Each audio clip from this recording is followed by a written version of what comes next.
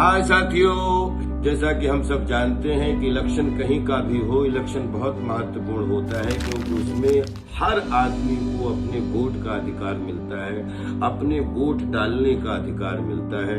अपने वोट का सदुपयोग करें। जैसे कि मुंबई में 15 जनवरी को वोटिंग है, बीएमसी की। अलग अलग चुनाव चलते रहते हैं पूरे देश में कहीं भी चुनाव हो और जहां आप का वोट हो, आप अपने वोट का सदुपयोग करें, वोट जरूर करें। मतदान आपका विचार और आपका मत प्रस्तुत करता है। God bless you all the best सबके लिए। जय हिंद, जय महाराष्ट्र, जय विश्व। कर मतदान, सांगते संविधान।